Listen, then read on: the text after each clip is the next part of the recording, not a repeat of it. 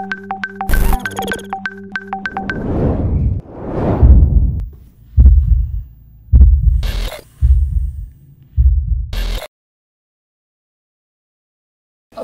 bersama kita lagi di Lembaga Konsultasi Islam dan Kajian Keislaman, Lembaga Konsultasi Keluarga dan lembaga yang membahas tentang masalah-masalah keislaman yang sudah begitu banyak masuk, masalah-masalah keluarga maupun masalah-masalah yang berkaitan dengan kehidupan keberagamaan keseharian.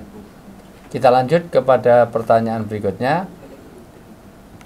Assalamualaikum warahmatullahi wabarakatuh. Ustadz, izin bertanya, bagaimana Islam menilai, menyikapi profesi pengacara atau advokat yang kadang ya membela orang-orang yang bersalah, karena memang dia sebagai pembela, sebagai pengacara. Profesi pengacara itu menurut Syekh bin Baz itu adalah akad wakalah, al-wakalah fid da'wa wal ijabah. Nah, sehingga menurut beliau itu la a'lamu harajan fil muhammadi. Jadi tidak ada persoalan sebenarnya di dalam profesi pengacara, karena pengacara itu bahasa Arabnya adalah al-muhami, sedangkan profesi pengacara itu namanya al-muhamatu. Li'annaha wakalatun fid da'wa wal ijabah, karena profesi pengacara itu adalah akad wakalah di dalam ad-da'wa itu ketika menjadi tersangka, wal ijabah ketika menjadi penggugat ya. Idza taharra al-muhami al-haqqa. Nah ini prinsipnya, selama pengacara tersebut itu konsisten terhadap kebenaran, walam yata'ammad al-kadziba kasairil wukala, dan tidak memberikan statement yang bohong atau statement manipulasi sebagaimana akad-akad wakalah yang lain itu. Dan juga diperkuat dengan pendapat Syekh Utsaimin terkait dengan hal ini, bahwa idza kana al-muhami yuridu isolal haqqi ila ahlihi fala ba'sa ayumarisa hadhil mihnah. Apabila pengacara itu tujuannya memang untuk menyampaikan kebenaran, al-haq ya, sesuatu yang sesuai fakta, itu al-haq itu kebenaran yang sesuai fakta, maka itu tidak ada masalah untuk menjalani profesi tersebut. Tetapi sebaliknya, apabila dia itu yuridu ayagliban nasa bil batil, jadi dia hanya ingin menang saja di dalam persidangan itu, obsesinya hanyalah mencapai kemenangan meskipun itu dengan kebatilan, maka itu yang tidak boleh. Wallahu ta'ala alam. Karena dasar hukum salah menangnya juga tidak semuanya sesuai dengan hukum syariah Islam, kadang-kadang dengan hukum positif. Karena nanti hukum positif itu ada berhadapan juga, beberapa itu agak bersinggungan dan berhadapan, bahkan ada yang beririsan, ada yang bertentangan dengan, misalnya hukum zina saja kan menjadi beda ketika itu pakai syarat Islam. Tapi gimana Ustaz? Ya. Tapi pada faktualnya tadi sudah disampaikan Ustaz Wijayanto, kadang-kadang kenyataannya seperti itu. Di lapangan kadang kan ada begini, ada kasus orang bersalah, dia memang sejak awal bilang ke advokat itu, saya bersalah bla bla bla bla, kamu bisa bebasin saya enggak? Nah gitu ya, sehingga muncul sub pembahasan yang kedua terkait dengan pertanyaan itu yang sudah tadi pertanyaannya sudah disampaikan oleh Ustaz Wijayanto, sehingga memunculkan pertanyaan yang pernah juga ditanyakan ke Darul Ifta Al-Misriyah ya, yaitu bolehkah seorang muslim itu memakai hukum normatif atau hukum positif, hukum undang-undang yang dibuat oleh sebuah negara gitu. Karena kan kita tahu bahwa dalam sistem perundang-undangan, apalagi kalau nggak salah sistem Anglo-Saxon ini kan memang ada seperti itu ya, ada namanya, bahasa Arabnya itu al-mudda'i sama al-mudda'i alaih. Jadi ada namanya advokat yang membela yang dituduh, tujuannya dia adalah membebaskan atau meringankan, atau yang menuntut alias jaksa ya berarti ya. Nah, maka di sini kemudian Ibnul Qayyim itu di dalam I'lamul Muwaqqi'in jilid 1 halaman 259 cetakan Darul Kutub Al-Ilmiyah itu memberikan semacam kayak pedoman bagaimana seorang muslim itu mengikuti aturan main hukum-hukum positif atau hukum-hukum yang ada di suatu negara, karena tadi disampaikan Ustaz Wijayanto tadi. Di sini adalah kembali kepada kaidah umum ya. Al aslu fil uqudi wal muamalati as-sihhatu. Hukum asal dalam transaksi atau muamalah, bukan akidah ya, bukan ibadah, itu adalah boleh. Hatta yakuma dalilun alal butlani wa tahrimi. Kecuali nanti kemudian ditemukan dalil yang membatalkan atau mengharamkan transaksi tersebut. Amal uqudu wa syurutu wal muamalatu fahiya afun hatta yuharrimuha. Begitu pula transaksi, kemudian persyaratan-persyaratan dan juga muamalah-muamalah itu relatif lebih diberi toleransi lah, kecuali ketika memang ada hadis-hadis yang mengharamkan. Sehingga karena memang sistem peradilan di Indonesia dan juga di banyak negara itu memang menganut sistem peradilan demikian. Jadi ada namanya jaksa penuntut hukum, kemudian harus ada advokat atau pengacara yang mendampingi. Apalagi kan menganut hukum apa bahasa hukumnya, prejustisia ya, atau dalam bahasa Arabnya adalah al-muttahamu bari'un hatta tatimmu idanatuhu.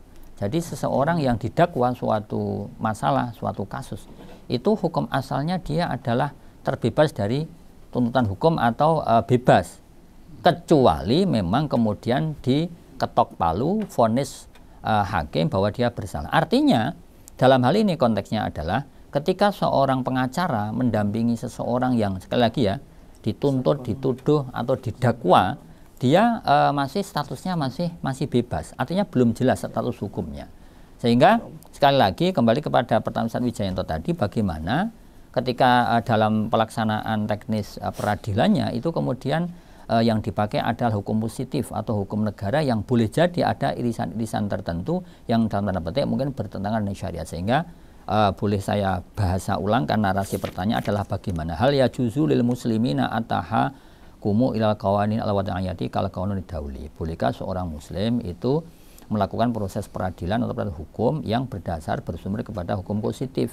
Nah, seperti disampaikan tadi bahwasanya Ustadz Heri masuk ke bab wakalah, tapi di sini juga masuk kepada kaidah umum bahwa kalau itu memang sudah ditetapkan aturan mainnya sebelumnya, maka dalam hal ini seorang pengacara yang mendampingi klien yang sebenarnya dia mungkin bersalah itu kita kembalikan kepada menganut aturan main hukum positif, dan itu diperbolehkan karena itu kontraknya bukan sekali lagi membela kebatilan ya, tetapi melakukan proses hukum peradilan yang mana ketetapan dan vonis orang itu baru ditentukan ketika sudah dilaksanakan etapa atau mekanisme peradilan tersebut. Wallahu ta'ala alam. Harus dibedakan antara qadhi dan muhami. Nah, kalau qadhi terkena hukum man lam yahkum bima anzala fa ulaika humul kafirun dzalimun. Nah, itu fasikun ya. Karena itu nanti ada hukum ada pembahasan tersendiri bagaimana kalau menjadi qadhi. Karena qadhi punya wewenang untuk menegakkan hukum. Tapi kalau muhami ya sebagaimana yang difatwakan Syekh bin Baz tadi itu boleh. Karena muhami ini dia akan mencari keadilan di tengah-tengah hukum apapun, taruhlah hukum yang positif ya, hukum wadai, dia akan mencari keadilan di situ dan dia punya hak untuk membela orang-orang yang benar. Maka di sini ada yang menarik, dasar menarik kenapa muhami itu diperbolehkan atau pengacara diperbolehkan. Kan di sini Rasul mengatakan dalam hadisnya la'alla ba'dukum ayakuna alhana bi hujatihi min ba'din fa'aqdi lahu binahwi ma asma. Jadi qadhi itu kan akan menghukumi berdasarkan apa yang didengar oleh para pengacara. Maka di sini dibutuhkan pengacara yang benar-benar dia benar-benar akan membela kebenaran, membela keadilan, mencari keadilan di tengah-tengah hukum yang dolim misalnya ya. Dia akan mencari keadilan melalui hukum positif itu. Anak itu yang menjadi tujuan tidak masalah, tapi tabrirul masail atau tabrirul menghalalkan segala cara, ya benar salah dibela asal ada uang, ini yang nggak benar. Itu yang nggak benar. Itu yang akhirnya menjadikan presiden peradilan itu menjadi suram karena banyaknya pengacara yang menghalalkan segala cara tadi itu. Kalau konkretnya misalnya Ustaz, ini ada orang mendolimi orang, sementara pengacara harus ini menghajar anaknya orang ya, misalnya ya, menghajar anak orang sampai pingsan 2,5 bulan. Tapi kita sebagai pengacara diminta untuk menjadi pengacara bagi yang mendolimi tadi, boleh? Bisa? Ya, makanya jelas. Biasanya kalau pengacara yang beretika dia begini, saya akan bela kamu kalau memang kamu benar. Kalau kamu salah, saya akan tinggal. Saya nggak berani. Itu kalau pengacara yang beretika ya. Beretika. Dia akan ngomong di depan, ya, saya akan coba pelajari masalahmu. Kalau benar, saya akan bela. Kalau tidak, saya minta maaf, saya akan mundur. Jadi, dalam kasus tadi misalnya ada orang menghajar orang, kemudian si penghajar ini meminta kita sebagai pengacara menjadi pengacara. Bisa saja, kan nanti kan akan dikaji masalahnya, Ustaz. Kenapa dia menghajar? Oh, karena diganggu. Ya. Misalnya kan gitu kan, oh karena didolimi. Dia membela diri dan seterusnya. Ya. Nah, makanya kita bicara masalah apa hukum profesi menjadi hakim. Makanya jawabannya boleh saja. Selama dia memang ingin menegakkan keadilan, pengen membela yang benar. Ini karena nanti akan bermunculan, apalagi tahun-tahun ini sangat kontekstual, baik pencemaran nama baik, penggelembungan suara, baik banyak sekali, ada penggelapan dana. Itu nanti akan banyak pengacara yang dua-duanya perlu pengacara. Itu aneh. Dan ada ancaman juga, termasuk dosa besar adalah syahadatus zur. Nah, nanti para pengacara itu membuat saksian palsu untuk menangkan perkara, termasuk terkena dosa besar syahadatus zur. Ya, nanti diancam dalam surat An-Nisa ayat 109, yaitu di mana orang-orang yang berdebat membela hanya untuk kehidupan dunia, tetapi menggelapkan itu nanti siksa Allah sangat besar. Jadi mencari dunia, tapi menguatkan perdebatan Anda untuk mencari dunia. Itu ya, artinya ya jangan sampailah hanya untuk kita menggunakan keahlian kita, tetapi hanya untuk mencari dunia, untuk menangkan. Karena pasti spiritnya pengacara itu akan memenangkan kliennya. Itu sebabnya maka ada fatwa, kalau ada suami istri ini sedang bertikai, kalau urusannya itu bukan perdata, itu maka jangan ke pengacara dulu, ke El-Kalam dulu. Ya. Karena ujung-ujungnya siapapun pengacaranya suami pengacara istri itu kecenderungan nanti terjadinya cerai. Karena masing-masing ingin memenangkan kliennya masing-masing. Ya, kan akan membenarkan kliennya dan menyalahkan kepada lawan dari kasusnya itu. Jadi inilah kenapa El-Kalam hadir, untuk tidak menjustifikasi tetapi bagaimana memberi solusi. Fungsi pengacara itu kan tidak fungsi pengacara itu mendampingi dan menjelaskan hukum, bukan memutuskan. Keputusan nanti ada di qadhi tentunya. Ya, jadi yang saya maksud makanya pengacara nanti akan berpengaruh terhadap keputusan qadhi. Sebagai hadis yang saya sampaikan, Rasul akan menghukumi masalah berdasarkan yang didengar. Peran pengacara di situ perlu menegakkan kebenaran. Nah, betul. Dan ada yang menarik ini, ancaman ya terhadap masalah peradilan ya. Dalam hadis sahih dari Abu Dawud ya, disahihkan oleh Syekh Albani, Rasul mengatakan man walal qada faqad dhahaba bi ghairi sikin. Faqad dhahaba bi ghairi sikin. Jadi orang yang memutuskan satu perkara ternyata perkara itu salah, maka itu seperti orang membunuh saudaranya tanpa pakai pisau. Ya, jadi Ustaz Wijaya. Tapi dalam riwayat pernah kan Rasulullah karena yang diadukan berdasarkan orang pinter memberikan argumen, sehingga seolah-olah itu yang benar. Ya, makanya Rasul mengatakan saya memutuskan berdasarkan apa yang saya dengar. Selebihnya jika kamu zalim, urusannya dengan Allah. Yang menang karena banyak. Terus hadis itu kan banyak pinter berbicara itu seperti hukum bidahir ya. Hadis yang dibaca saat itu kan. Jadi artinya konteksnya bukan membela yang batil ya, tapi ihqaqul haq.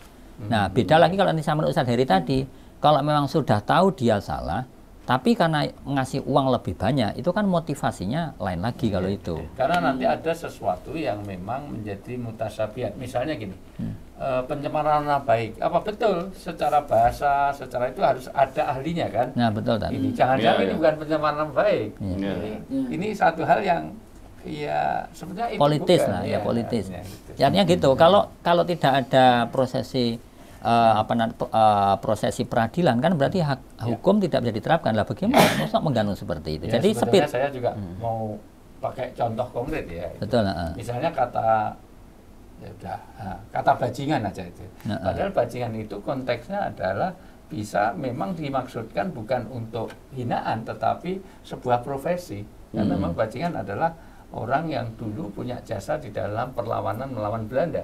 Bajingan itu adalah sopir gerobak yang dia ngangkut para pahlawan. Betul. Ngangkut para bukan pahlawan ya. Jadi pejuang. Para pejuang ditutup dengan jerami. Biar dikira. Kalau itu konteksnya untuk itu kan bajingan tidak menjadi itu, tetapi harus pada ahlinya kan begitu. Oke, itu contoh saja sih contoh. Tapi by the way ini contoh yang lain secara umum saja. Saya nanti salah fokus nanti. Ya, malah kebajingan. Ya. Gini Pak, dalam konsep pengadilan modern memang advokat atau pengacara itu adalah petugas penegak hukum. Dia adalah mewakili si penuntut atau mewakili klien terdakwa. Jadi dia ini memang dia ini posisinya memang penegak hukum, perangkat hukum, yang dia nanti bisa berdasarkan kasus yang dipelajari dia bisa mendatangkan ahli-ahli dan itu berhak menerima fee kan karena dia wakalah. Wakalah tadi akannya wakalah boleh bigodinator tanpa melihat sing tinggal hukum ki hukum apa. Iya. Ya. Sekalipun makanya itu nanti kerjaan qadhi. Tapi nak muhami atau pengacara ini perannya dia itu adalah menegakkan keadilan. Karena ini hukumnya wis hukum gak Islam misalnya ya.